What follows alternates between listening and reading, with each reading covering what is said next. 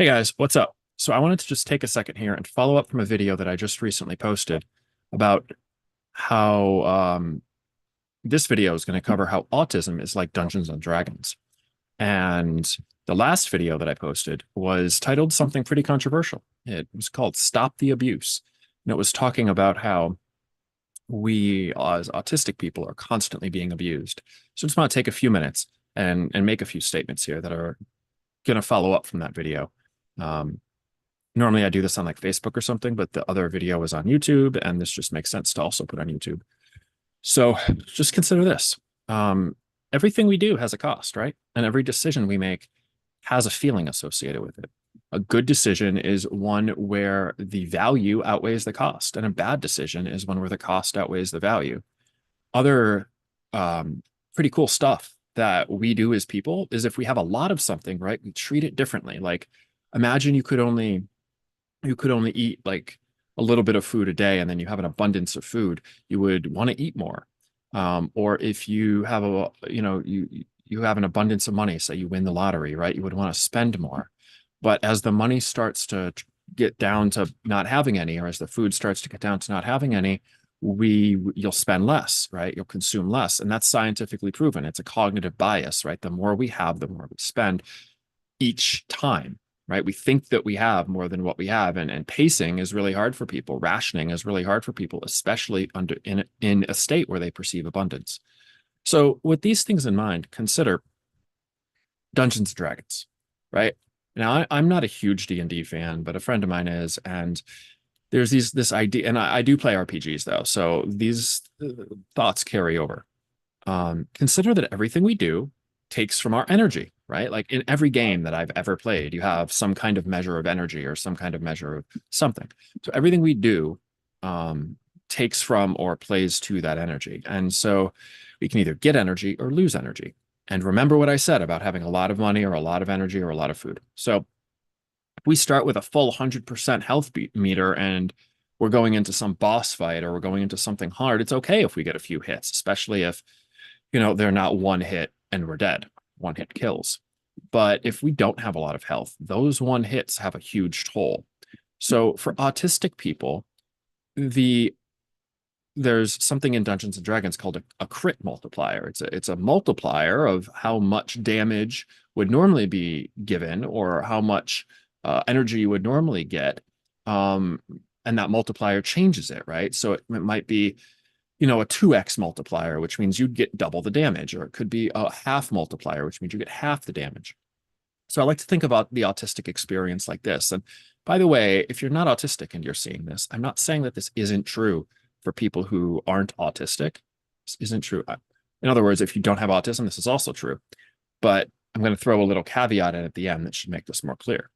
So for people, right, the level of overload that we experience, the level of overwhelm that we experience is like that crit multiplier. If we have 2, 3, or 4, the amount of cost that something would create for us is 2, 3, or 4 times what it would normally be.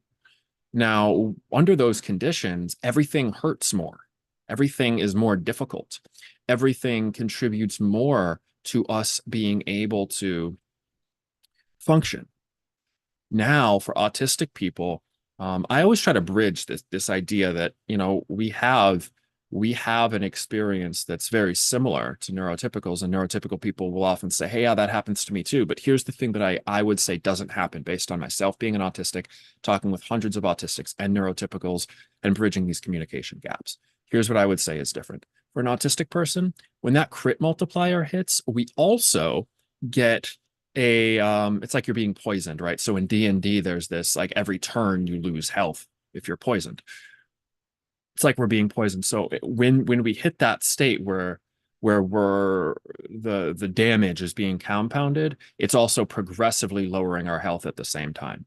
In addition to that, we come out, we start our day, we start our experience. Yeah, we might have 100 health, but we also just start with like a 2x crit multiplier, which means everything is twice as intense, 3 or maybe 3 times as intense, depending.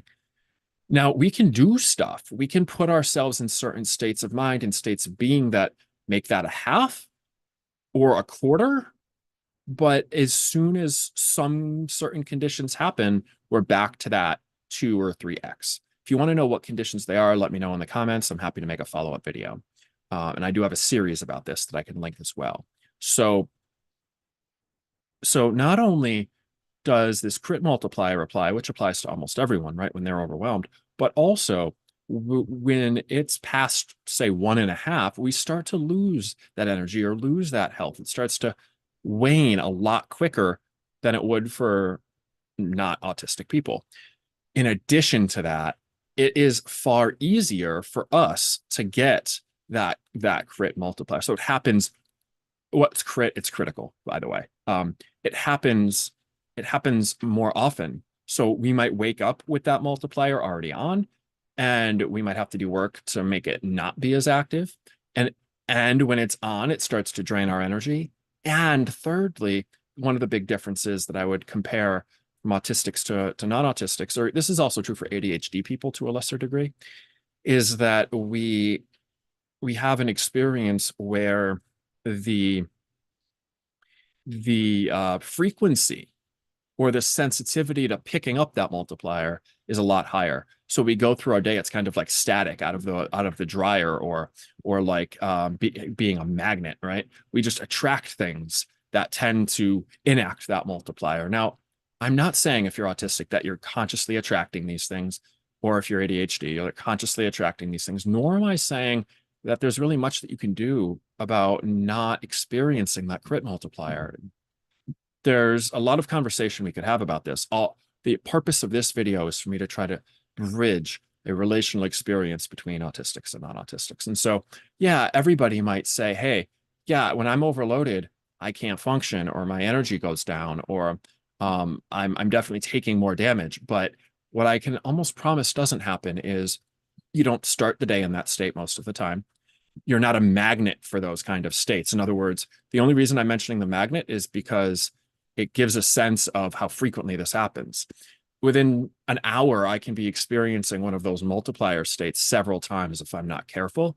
And for a neurotypical person, it might be once a week or once a day if they're having a particularly stressful situation. So it happens more often. So we're more sensitive to it. It comes to us more. We start in that state, and our energy goes down when we're in that state. So for us, it's about making sure that we're stocked up on supply to manage that state when it happens, to get rid of that state when it happens, and manage our energy when it happens. Whereas that's more of an exception than a rule for people who aren't autistic. That's a really good way to put it. Having that crit multiplier active is more of a rule for autistic people. It's not a rule like it should happen. It's a rule like it just does.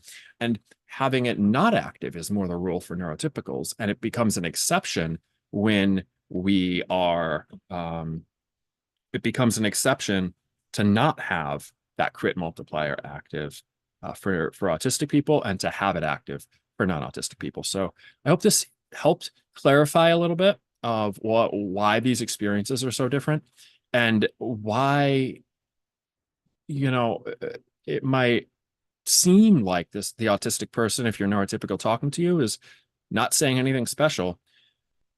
But for them, the frequency is a part of their daily life. So it's almost like they're not even aware of it.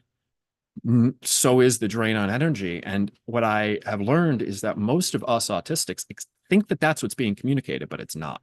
So I wanted to make this